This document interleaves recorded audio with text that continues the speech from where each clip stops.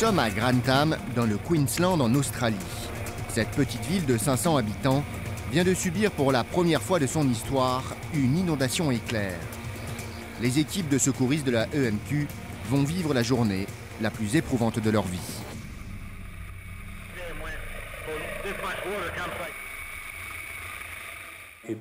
Cela a été la plus grande catastrophe à laquelle nous avons été confrontés avec l'équipe. On a vraiment dû repousser nos limites pour ce secours. Ce jour-là, on se serait cru dans un film. Sauver 28 personnes en 2 heures, c'est remarquable. L'équipe était vraiment à plat après, comme vous pouvez l'imaginer. L'équipe était vide physiquement et mentalement. Une journée de janvier. Ici en Australie, c'est l'été, et la population est préparée aux orages violents qui peuvent s'abattre sur le pays. Le nord de l'Australie est confronté à un climat chaud et humide et subit régulièrement de nombreuses pluies tropicales. Grantham est une petite ville à l'ouest de Brisbane, la capitale du Queensland.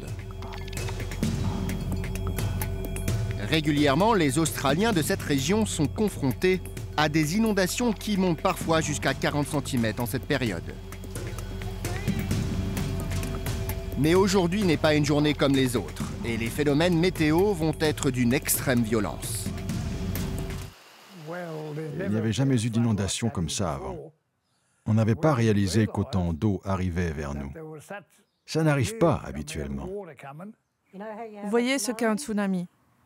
Normalement, cela arrive sur les côtes, pas dans les terres. Nous, c'est ce que nous avons eu ici, une énorme vague. Un tsunami terrestre. Un phénomène jamais vu en Australie.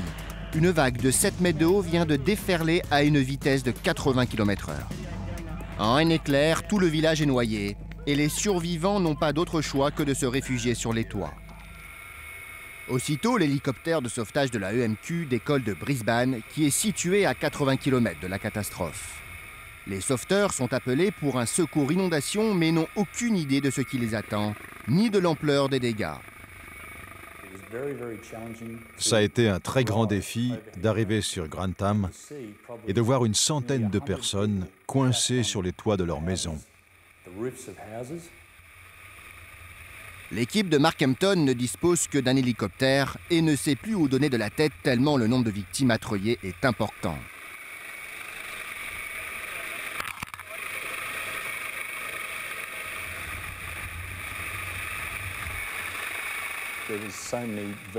Il y avait tellement de variables, tellement de dangers. Ce n'était pas une mission habituelle. On fait beaucoup d'entraînement, mais vous n'êtes pas préparé pour ce genre de situation. Il y avait des voitures et des camions emportés par le courant, des lignes électriques à l'eau, des toits à fleur d'eau. Vous n'êtes pas entraîné pour ça. Donc vous devez faire de votre mieux dans cette situation. C'était une situation très inhabituelle, ces inondations à Grantham. On savait qu'on avait entre nos mains la vie ou la mort de ces gens. On a choisi de sauver les enfants d'abord, ensuite les femmes, puis les hommes parce que ce sont eux les plus résistants. Mais bien entendu, les enfants d'abord.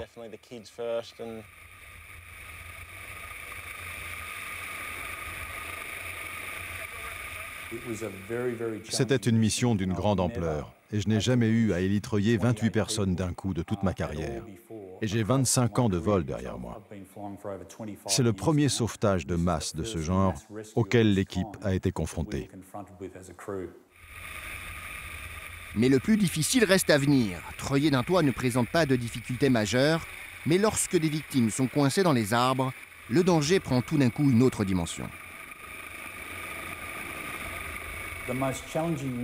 L'élitreuillage le plus compliqué était celui du couple de personnes âgées qui étaient dans les arbres, Fran et Ken Hunt. Ils étaient coincés dans les arbres, cachés par le feuillage, et nous ne pouvions pas les voir. On se dirigeait vers un autre bâtiment pour sauver des gens sur un toit, et ils nous pointaient cet arbre. J'ai dit à Darren, l'élitreuilliste, « Ces gens nous montrent quelque chose, on devrait jeter un œil. » On a positionné l'hélicoptère et une fois que l'appareil était juste au-dessus des arbres, le souffle des pales a ouvert le feuillage pour nous laisser apercevoir ces deux petites têtes, ces personnes âgées. Nous ne savions pas à ce moment-là, mais ils étaient accrochés à ces branches d'arbres avec de l'eau jusqu'au cou. Et ça, c'était un vrai défi. Mark ne sait pas en début d'intervention qu'il va effectuer l'un des treuillages les plus dangereux de sa carrière. Des gens sont à sauver, mais la visibilité est nulle. Ils sont cachés par les arbres, ce qui va mettre tout le monde en danger.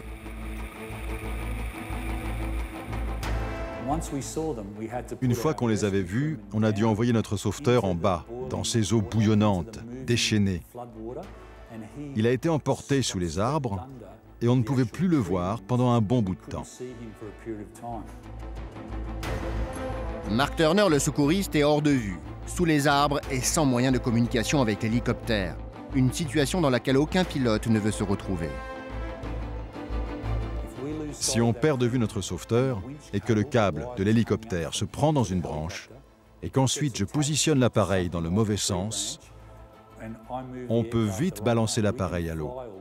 Là, l'hélico se crache et on est vraiment dans le pétrin. J'ai complètement perdu de vue Mark, et on a pensé à couper le câble. J'ai senti le câble tendu et j'ai pensé qu'il était accroché à un arbre. Ça voulait dire qu'on aurait pu faire basculer l'hélicoptère dans l'eau et qu'on aurait pu tous mourir. À ce moment-là, la seule solution pour ne pas s'écraser, c'est de couper le câble qui les relie à Mark Turner, le secouriste. Darren et moi, on s'est dit, on l'a perdu de vue, il se peut qu'il faille couper le câble. J'avais levé la protection du bouton pour couper le câble et j'étais prêt à appuyer. C'était tellement dangereux qu'on aurait pu écraser l'hélicoptère. On devait empêcher le crash et sauver les gens que nous avions déjà à bord. Et pour cela, la seule chose à faire était de couper le câble. Pendant ce temps, Mark Turner se débat comme il peut pour sauver les victimes qui sont à bout de souffle. Après quelques instants, Darren et moi avons discuté et Darren a décidé de remonter le câble, sans savoir si Mark avait pu sauver la victime ou non. J'ai juste essayé. Si je n'avais pas eu de retour, j'aurais coupé le câble. L'eau exerçait une tension, c'était tendu, mais ça remontait quand même. Donc j'ai continué à élitroyer. Alors que les membres de l'équipage sont prêts à couper le câble, Darren, le treuilliste, décide de faire tout de même le geste de la dernière chance et de remonter le treuil à l'aveugle. À ce moment-là, en voyant Mark sortir du feuillage, avec la victime dans les bras, on savait qu'il avait sauvé la vie de cette personne. Mark est en train de sauver Fran. Elle est à bout de force et à peine arrivée dans l'hélicoptère, s'effondre littéralement.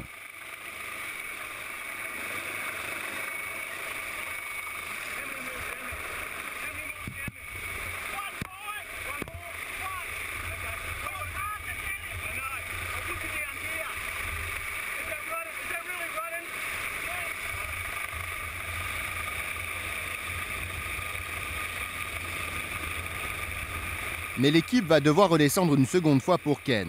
Et là, heureusement, tout se passe rapidement car lui aussi voit ses forces le lâcher.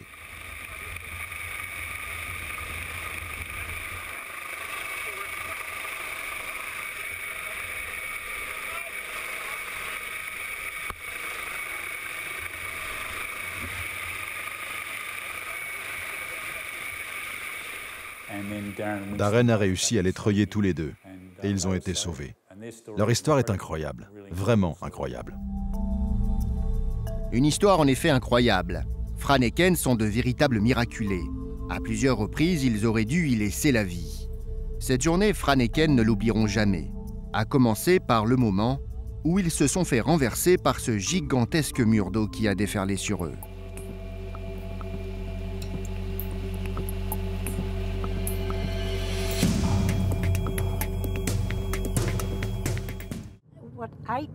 Il y avait quelque chose comme 8 mètres d'eau qui est arrivé sur nous. La vague a soulevé notre pick-up et nous a projetés hors de la route, jusqu'à ces arbres que vous voyez là. Fran et Ken survivent par miracle à l'onde de choc qui balaye la voiture dans les arbres. Là, on peut imaginer. À quelle hauteur était l'eau? On en avait jusqu'à la tête et on n'avait pas pied. La quantité d'eau est telle que Fran et Ken sont obligés de se réfugier dans les arbres, à 3 mètres de hauteur, mais avant, ils doivent s'extraire de leur véhicule. Heureusement que les fenêtres ont pu se baisser. On pensait que les vitres électriques ne fonctionneraient pas, parce qu'on avait de l'eau jusqu'ici en étant assis à l'avant. On a commencé à paniquer et on a pensé qu'on était mort. On ne pouvait pas ouvrir les portes. La pression de l'eau sur les portes était trop importante. Mais heureusement, les fenêtres fonctionnaient encore. On s'est tenu là pendant 2 secondes avant que le pick-up ne soit complètement submergé. 1 minute de plus et c'était trop tard. C'était un miracle. Je ne sais vraiment pas comment nous avons réussi à nous échapper. C'est comme si quelqu'un d'autre était intervenu et nous avait sauvés. Fran et Ken ont eu certainement plusieurs anges gardiens ce jour-là, et notamment ceux venus par hélicoptère, car sans eux, ils n'auraient pas pu nous raconter aujourd'hui leur histoire. Mais tout n'a pas été rose cette journée-là, et c'est pourquoi elle restera à jamais marquée dans les mémoires de nos héros. Car s'ils ont sauvé 28 vies, ils n'ont malheureusement pas pu sauver tout le monde comme ils l'auraient voulu.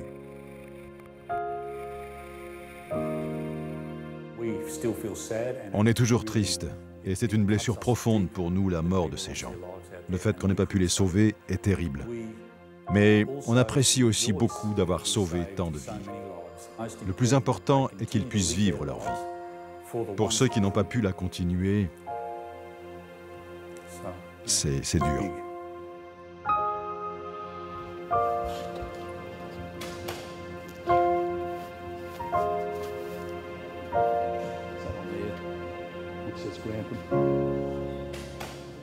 Je m'en souviendrai jusqu'à la fin de mes jours. Une partie de moi est morte ce jour-là. D'un autre côté, on s'est fait des amis ce jour-là. Mais on n'a pas pu sauver tout le monde. Et ce tatouage leur est dédié parce que...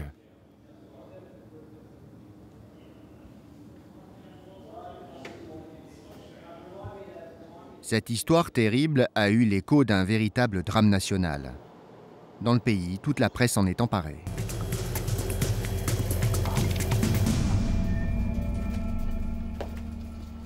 Erin était aux premières loges cette journée-là pour filmer Mark et son équipe. Elle était en train de faire un reportage non loin de Grantham quand la catastrophe est survenue. C'est elle qui est arrivée la première sur place et a pu assister au secours.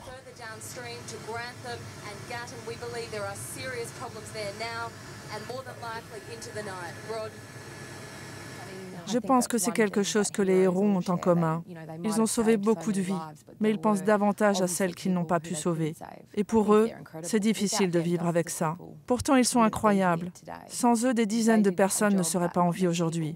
Ils ont fait un travail que peu auraient fait. Ils ont mis leur propre vie en danger pour aider tous ces gens. La propre maison de Mark Compton a été inondée pendant qu'il secourait des vies. La population de Grantham sera jamais reconnaissante envers Mark Compton et son équipe. La plus grande frustration d'un secouriste est de ne pas pouvoir sauver une vie. Lorsque cela arrive, il reste marqué à vie. Heureusement que les survivants témoignent régulièrement de leur gratitude envers eux.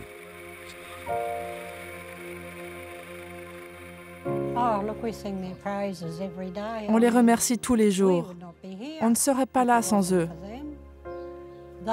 Ils ont fait un travail incroyable et ils ont mis leur propre vie en péril. On a eu beaucoup de chance de les avoir. C'est tout ce que je peux dire.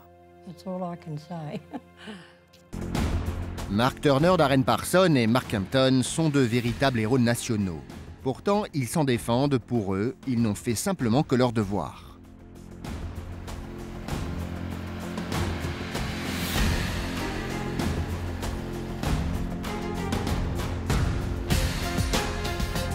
La vie reprend son cours sur le tarmac d'Arkfield, au nord de Brisbane.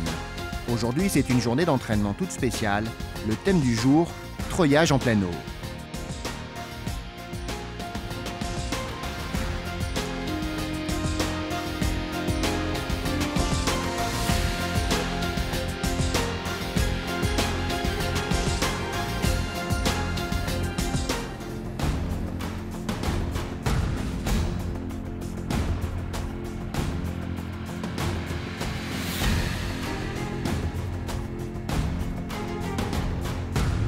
L'équipe se rend à 15 minutes de vol pour rejoindre les gardes-côtes et les autres pilotes, avec qui ils vont réaliser l'entraînement.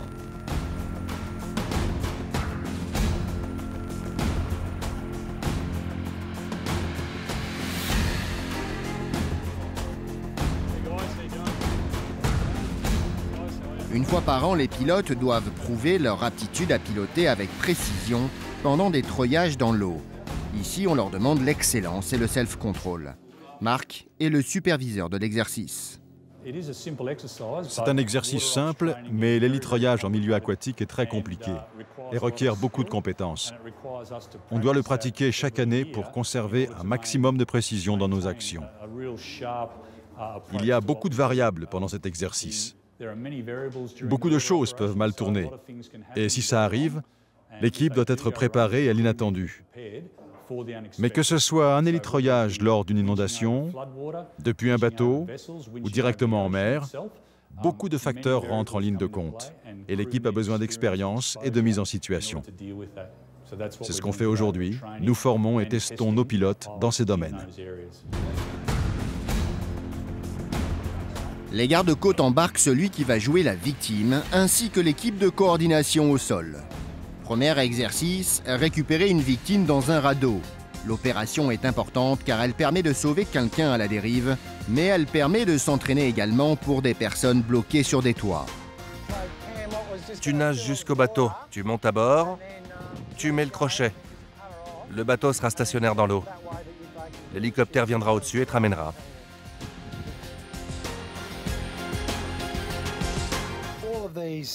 Tous ces scénarios qu'on fait aujourd'hui sont mis en place pour simuler des situations de secours réelles auxquelles on peut être confronté.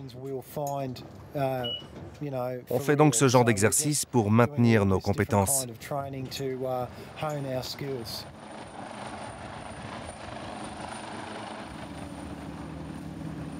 Rescue 500, on va commencer notre exercice.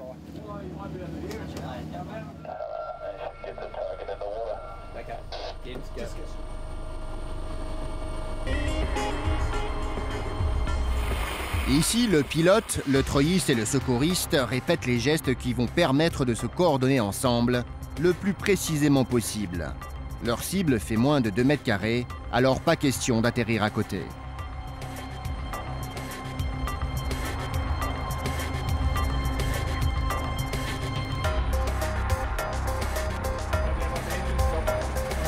En moins de 10 secondes, le secouriste doit passer la ceinture de sauvetage à la victime et indiquer au treuilliste le moment où il doit les remonter.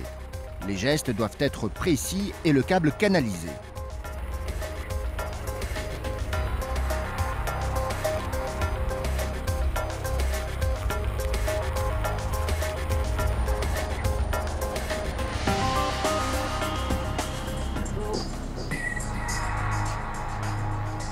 Second exercice plus difficile, récupérer la victime dans l'eau.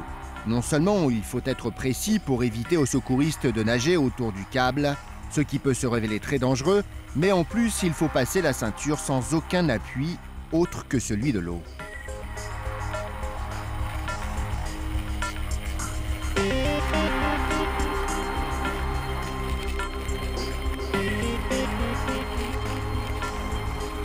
Le câble doit toujours être au maximum tendu pour éviter de s'enrouler autour d'un bras ou pire autour d'un cou.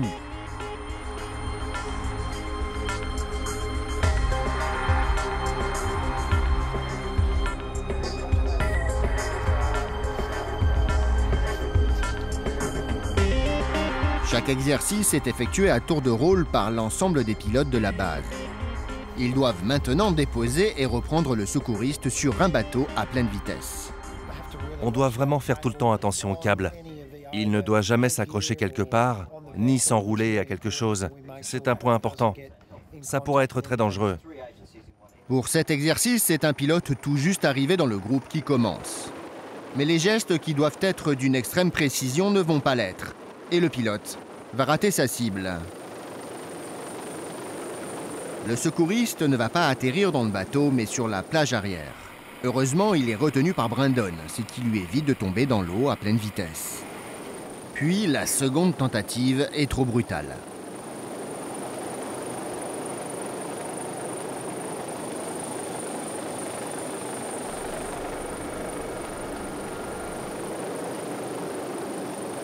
Maintenant, sur le pont, il faut être extrêmement vigilant au mot du câble. Les gestes sont lents, mais l'opération est réussie. Les pilotes devront répéter ces exercices jusqu'à ce qu'ils les réalisent parfaitement. Il faut rester toujours entraîné et maintenir ses compétences à jour. Toute l'équipe doit faire ça. Il faut qu'on soit toujours au niveau. Toujours au top. Fin d'exercice pour l'équipe de Mark Hampton. Son évaluation est stricte et sévère. Pas question que les pilotes ne soient pas au top et ne sachent pas établir la meilleure cohérence possible avec le treuilliste et le sauveteur. Mais à force de répéter les exercices, aujourd'hui, tout le monde réussira son test.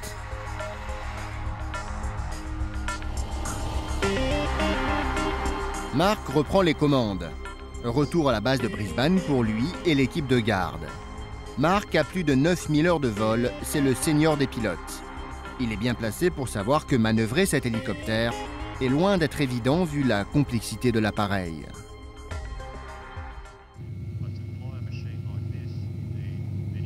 Être en vol avec une machine comme celle-ci demande beaucoup de compétences. C'est un hélicoptère très sophistiqué avec des instruments à la pointe de la technologie. Et le piloter nécessite donc d'être parfaitement au point avec ça.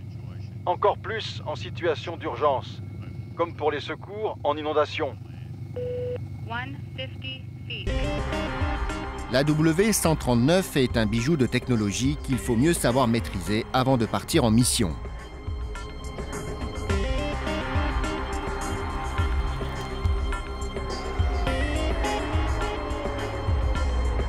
Arrivé à la base, une jolie surprise attend notre équipage. J'espère voir l'ami qui m'a sauvé en hélicoptère et discuter un peu avec lui. On lui doit beaucoup. C'est quelqu'un qu'on respecte. Il a sauvé nos vies. Ça n'a pas de prix. Salut, ça va? Très très bien. Ça me fait plaisir de te voir. Plutôt bien. Et toi, Fran? C'est bon de te revoir. Ça fait plaisir. Hey, j'ai vu le bananier. Sur Facebook. Ouais. Allez, entrez.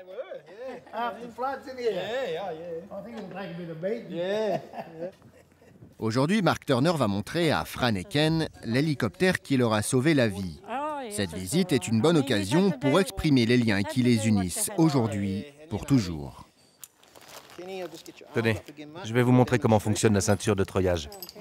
Lève les bras.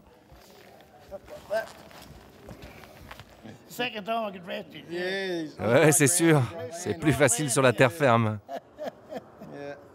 Ouais, elle a sauvé plein de vies.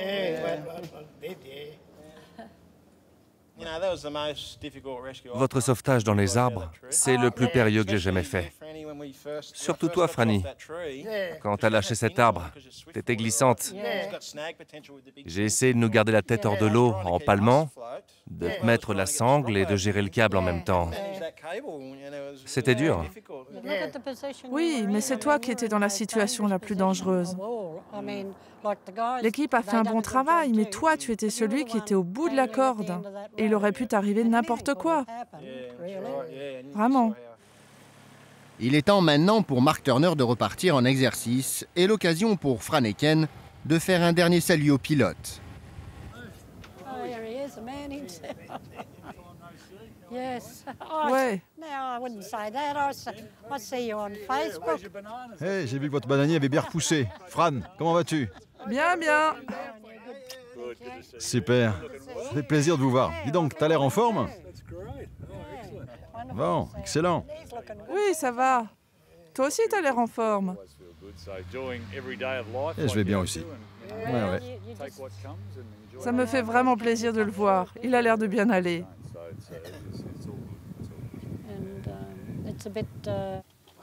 Les secours créent des amitiés pour la vie. Mais le devoir appelle notre équipe qui doit toujours pratiquer et pratiquer pour accomplir le mieux possible ses prochaines missions.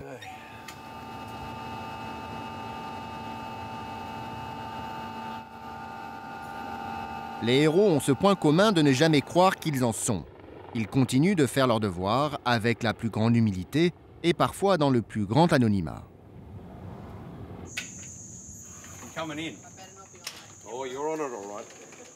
C'est le cas de Matthew Brandon, que nous retrouvons dans une banlieue qui ressemble à beaucoup d'autres. Un an après les catastrophes de Grantham, une autre inondation frappe le pays. Matthew est le treuilliste qui a réalisé un incroyable sauvetage. Cette décoration, Fierté de la Nation, a été remise à mon mari pour le sauvetage de l'enfant dans le sac et également des secours effectués le jour d'avant.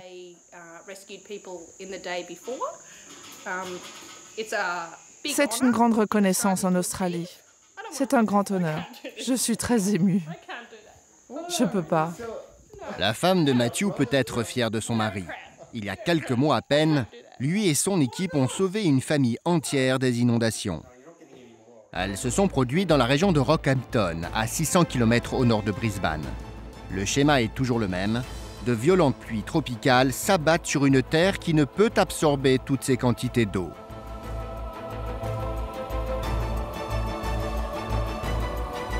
Nous sommes en janvier, en plein été austral, et toute la région vient de subir une énorme inondation éclair.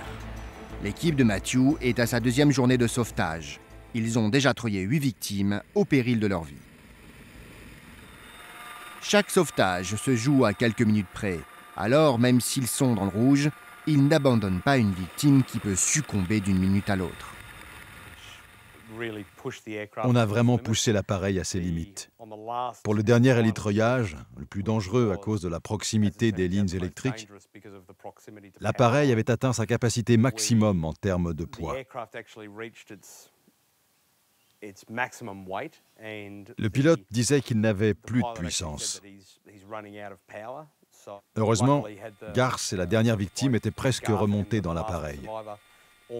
Et Scott, le pilote, a pu maintenir l'appareil en vol encore quelques secondes. Et ça a permis de réaliser le dernier sauvetage dans les temps. Mais c'est le lendemain que Matthew et son équipe vont réaliser le plus incroyable des sauvetages. Une voiture est complètement bloquée par les eaux. À son bord, 2 femmes et un bébé. Elles se sont réfugiées sur la plateforme arrière de leur pick-up et n'ont d'autre alternative que de se faire évacuer par les airs. Les gens pouvaient les voir, mais personne n'était capable de les atteindre excepté nous. Nous étions le seul hélicoptère de secours en service dans le coin. Un membre de la famille ou le mari d'une des victimes, je ne sais pas, a essayé d'atteindre le véhicule avec un petit canot, un bateau gonflable. Mais avant d'atteindre la voiture, il a été complètement emporté par la rivière. L'hélitreuillage est la seule possibilité d'évacuer la famille, mais il faut faire vite. Le courant est tel que le véhicule, à n'importe quel moment, peut être soulevé et entraîné par le courant. Seulement voilà, le bébé ne peut en aucun cas être évacué avec la ceinture de treuillage. C'est beaucoup trop risqué pour lui. Garth, Scott et moi-même sommes pères d'enfants du même âge que le jeune Luke, le bébé.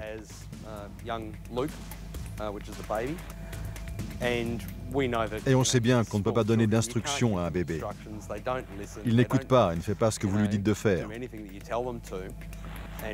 Mettre une sangle pour adulte sur un enfant et lui dire de lever les bras et ensuite de les garder baissés, c'est très compliqué. Le risque qu'il glisse est beaucoup trop grand. Mais les pères de famille sont expérimentés et prévoyants. À l'appel, ils ont anticipé la manœuvre et embarqué avec eux un sac de plongée ultra résistant. Madame, maintenez le sac s'il vous plaît. Mettez-le dedans et maintenez le sac. Ok. Tenez bien le sac. Je reviens. Je reviens. Je reviens. Ne vous inquiétez pas, je reviens, d'accord ?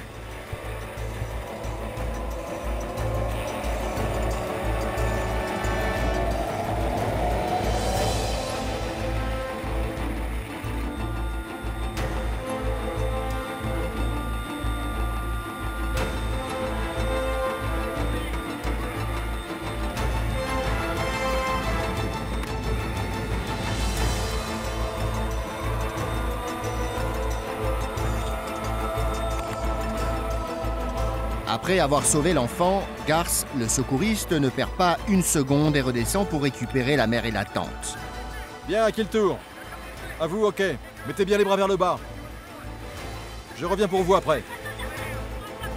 Le temps de faire l'aller-retour et l'eau vient de monter de 10 cm supplémentaires. Les jeunes femmes sont affolées.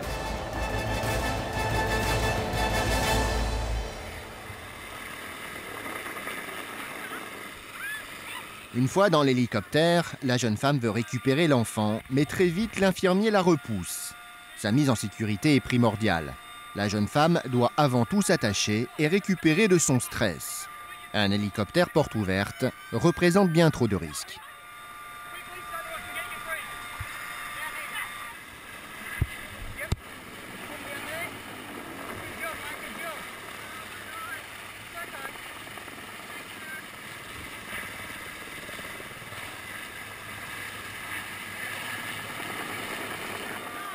Les deux jeunes femmes vont être sauvées sans encombre, mais leur stress est tel que Garth, le secouriste, n'hésite pas à prendre l'une des jeunes femmes dans ses bras.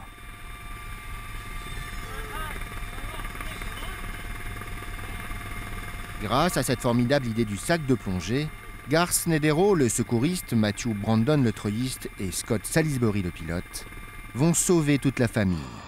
Elle pourra rentrer chez elle saine et sauve.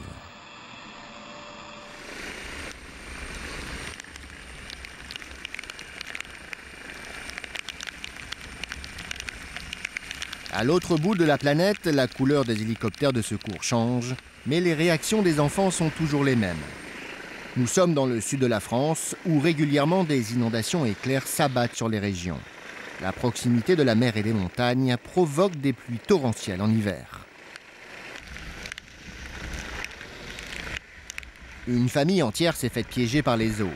Ils n'ont plus aucun moyen de s'échapper.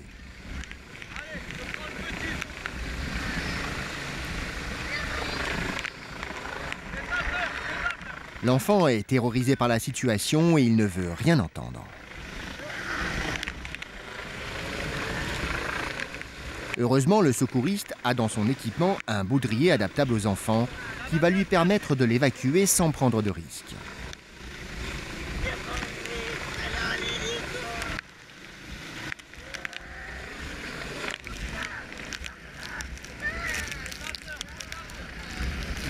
Les enfants ne sont évidemment pas préparés à se faire élitreiller. Il faut donc tout le sang-froid des secouristes pour les rassurer tout en continuant le secours.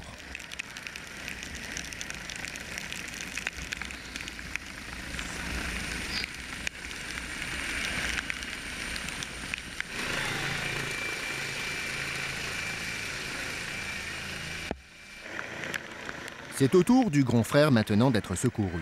Il est bien plus calme et l'hélitreuillage se passe sans aucun problème. C'est fini les gars, c'est fini. C'est bon. Le grand frère va pouvoir rassurer son petit frère. Il en a bien besoin car ils vont être déposés en sécurité sans leur mère qui, elle, devra attendre un second voyage. L'hélico est déjà en charge maximum. On va vous couvrir et on va vous faire manger. Et après je vais chercher ta maman, d'accord? Toute la famille sera ramenée saine et sauve. Mais l'évacuation par hélicoptère n'est pas un moyen suffisant en France. Des unités ultra spécialisées ont dû être mises en place pour répondre au grand nombre d'inondations qu'elle subit.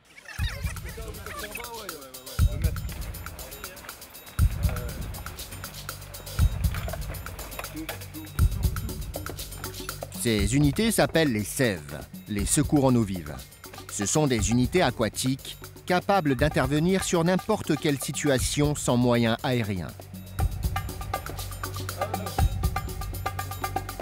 Nous sommes dans le département du Gard. C'est le département qui a subi le plus d'inondations et éclairs dans l'histoire du pays.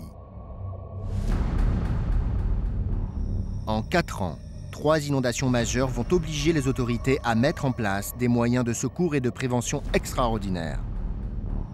Si l'hélicoptère reste le moyen le plus rapide et le plus efficace en milieu rural, en milieu urbain, il n'est pas toujours adapté, surtout pour des inondations de grande ampleur où un nombre considérable de gens sont à sauver. En 2006, les unités SEV sont constituées. Les hommes de l'unité sont équipés d'un matériel très sophistiqué qui leur permet d'évoluer et de répondre à n'importe quelle situation. Chaque année, les entraînements sont rigoureux et on répète les techniques de base pour évoluer à travers les zones inondées. Premier exercice, récupérer une victime bloquée par l'eau vive.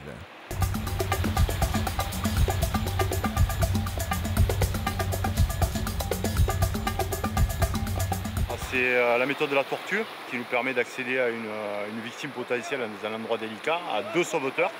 Et en fait, on se tient l'un l'autre et c'est une marche synchrone qui nous permet d'arriver jusqu'à la victime. Une fois qu'on est à la victime, on la récupère, on la met entre nous deux.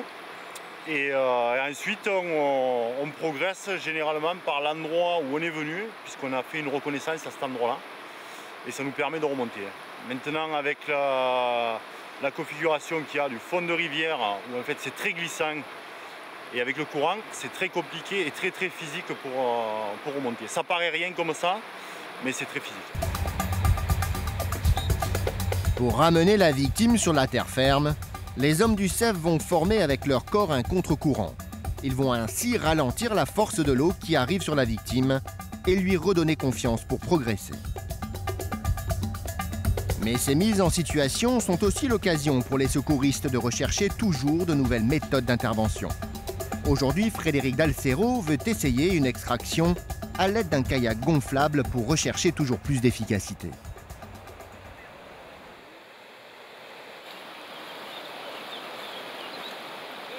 Ce qui fait qu'on n'est pas trop mauvais, c'est la remise en question perpétuelle. En fait, en permanence, la grosse problématique, c'est ça, c'est qu'il faut toujours adapter les techniques qu'on connaît, sur lesquelles on travaille en permanence, avec la configuration réelle du terrain et les dangers inhérents à l'intervention.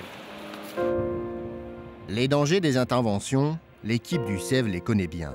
Ils en ont payé le prix fort il y a quelques années avec un des leurs qui a trouvé la mort en intervention. Le secouriste s'est retrouvé plaqué au fond de l'eau par le courant et n'a pu être sauvé par sa corde. Et ce plongeur, lorsqu'il a été pris par l'eau vive, a été amené au fond de la rivière. Et quel a été le réflexe des collègues pour pouvoir le récupérer et essayer de le sauver? Ça a été de tirer sur ses cordes.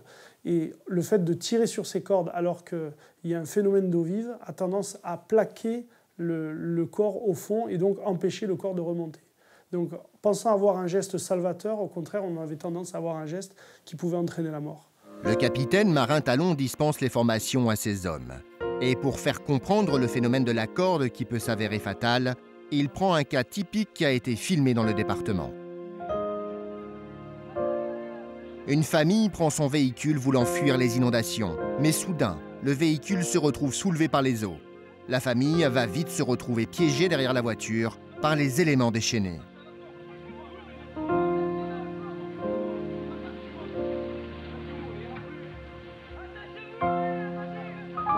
Et ils vont essayer de leur faire traverser la rue qui est transformée en cours d'eau en les tractant au moyen de la corde.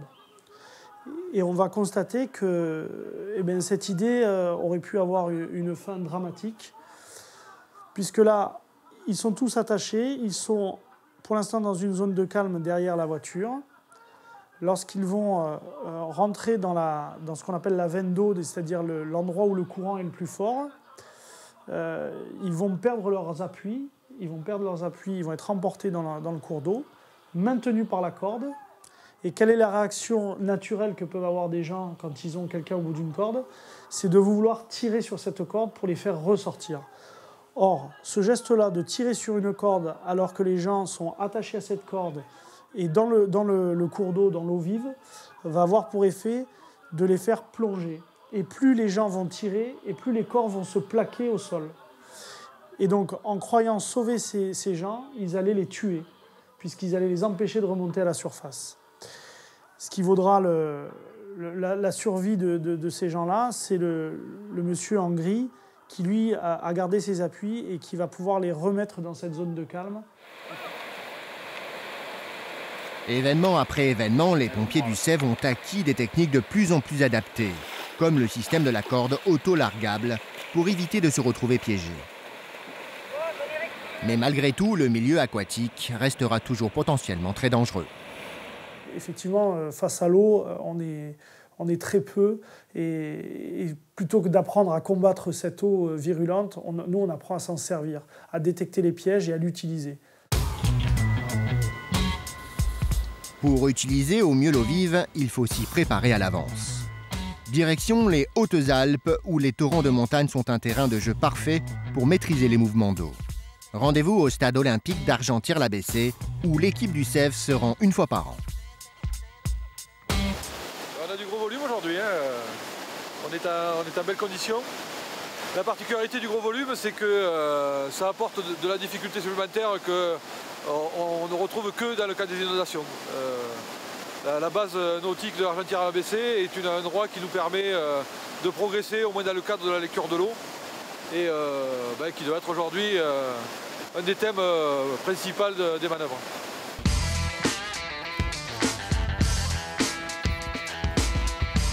Aujourd'hui, pour se mettre à l'eau, les secouristes ont emporté tout leur matériel spécifique. Ils sont ultra équipés pour progresser dans ce milieu hostile. Palmes, combinaisons, gilets et un flotteur de nage. Mais surtout, ils le savent par expérience, leur matériel de sécurité indispensable contre la noyade. Le couteau, c'est pour se dégager si jamais on est pris dans une corde ou... Ah oui, il faut que ce soit facilement accessible. Tac, tu vois. On peut le sortir de suite en cas d'urgence. Et derrière, on a une corde, un leash de survie qu'on appelle. C'est une corde qu'on peut se jeter entre sauveteurs au cas où on soit en difficulté ou pour aller récupérer une victime. Les équipes du secours en eau vive sont encadrées par des moniteurs de canoë-kayak professionnels, reconnus pour être les plus compétents dans la lecture et la maîtrise de l'eau vive. On panique pas, on observe, on monte un peu sur son hydro, on regarde, là je peux m'arrêter, je vais vers mon objectif, hop, et quand j'y vais, je rentre et j'attends les collègues. Ok ? Premier exercice, utiliser la force de l'eau et rejoindre des accalmies. Les secouristes doivent repérer les zones de contre-courant qui vont leur permettre de se stationner pour se reposer ou pour intervenir. Ici, il faut gérer son énergie et donner toute son impulsion au bon moment.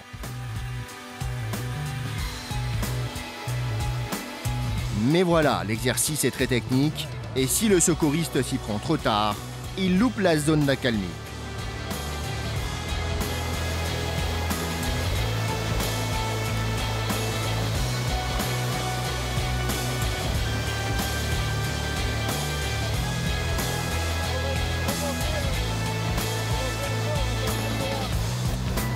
La différence entre n'importe quelle personne et un spécialiste des eaux torrentielles se joue ici. Savoir utiliser l'eau et en lire correctement les mouvements.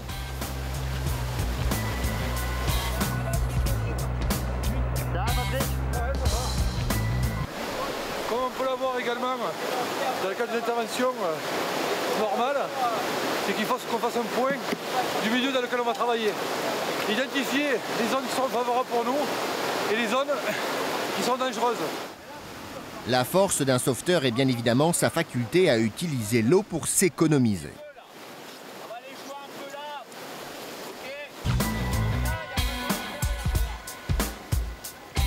Et ici, on utilise le contre-courant de l'eau provoqué par un rocher immergé. La vague qui se forme derrière permet aux hommes de surfer dessus et de faire du surplace sans effort. Mais à la moindre erreur, il faut fournir une énergie colossale pour se sortir du courant principal. Comment ça s'est passé avec le groupe là? Ah bah bien, après on monte un petit peu en difficulté là. Donc c'est vrai qu'il y a un petit peu de fatigue qui arrive. Et dès qu'on est un petit peu faux dans les trajectoires, vu le volume d'eau, on sort et on se fatigue vite, quoi. Maintenant, l'équipe des secouristes va côtoyer les zones dangereuses.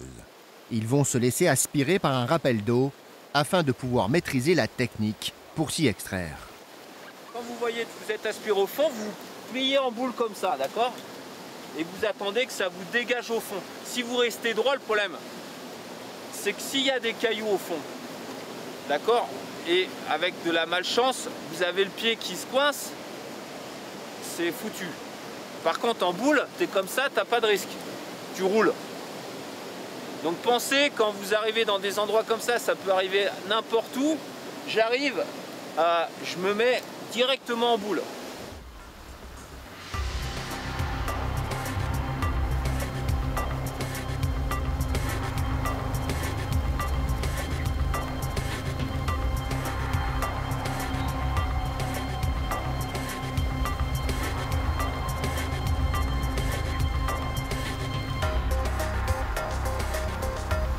Les premiers secouristes ont réussi. L'exercice nécessite beaucoup de self-control. Pas question de paniquer quand on est sous l'eau. Il faut adopter la bonne position en boule. Même en entraînement, le risque est réel.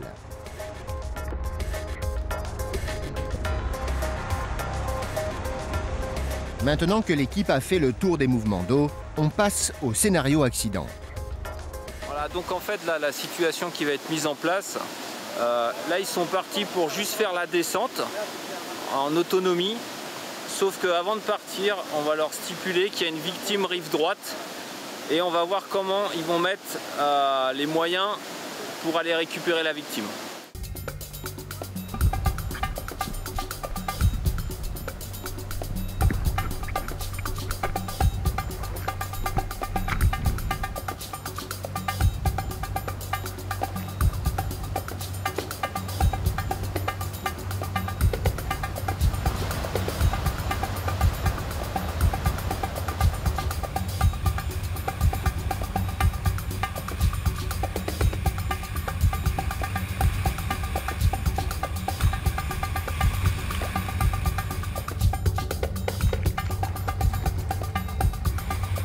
Les équipes du SEV progressent comme dans le cas d'une inondation torrentielle. Les sauveteurs vont devoir analyser en temps réel la situation d'urgence et trouver le meilleur moyen pour secourir une victime. Ils vont devoir la retrouver sur l'autre rive. Ici, on simule le secours d'une personne bloquée par une montée soudaine des eaux. Un équipier va se mettre à l'eau en amont pour nager avec le courant et progresser ainsi jusqu'à l'autre bord.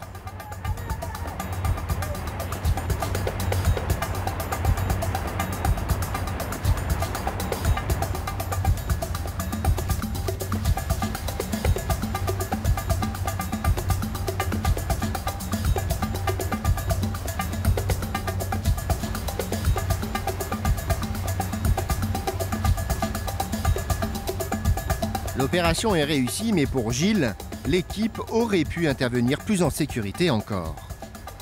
C'est bien, mais l'hydro, c'est la protection. Donc lui, il part comme ça. S'il tombe, il y a un caillou, tout ça, là. Il suffit qu'il se cogne. Il part, il n'y a personne, en fait. Il n'est pas liché et il part tout seul. Avec l'hydro, c'est sa protection. Et ça lui permet de s'arrêter.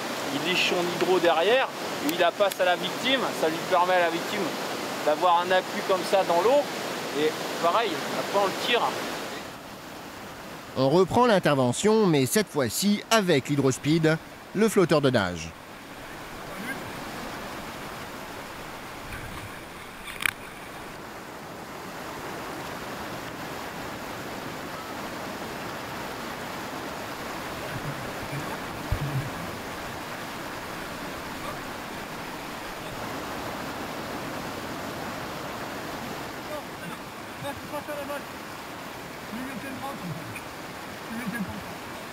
Là encore, le système n'est pas parfait.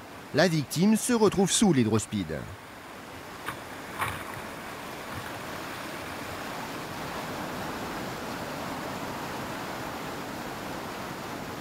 L'exercice est pourtant réussi. Mais Gilles, le formateur, est là pour pousser les secouristes à se perfectionner de plus en plus.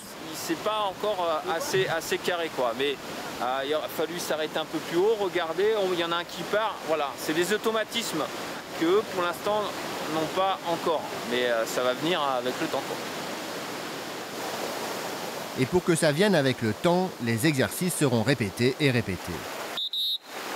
C'est le gage pour être secouriste en milieu extrême. Rien n'est facile. On ne plaisante pas avec la préparation et l'entraînement. La perfection, c'est toujours ce qu'on recherche, mais on n'arrivera jamais à l'atteindre, et tant mieux, puisque ça nous oblige constamment à se remettre en question et constamment à travailler pour améliorer nos techniques. Et si on peut les proposer à nos collègues de l'international, c'est un plaisir. Le groupe regagne sa base pour un repos bien mérité. Mais aujourd'hui, avec le nombre de plus en plus important d'inondations que subit la planète, les secouristes du monde entier doivent se tenir prêts. Ils vont devoir se perfectionner et se spécialiser davantage pour pouvoir répondre à ces nouveaux fléaux que sont les inondations éclairs.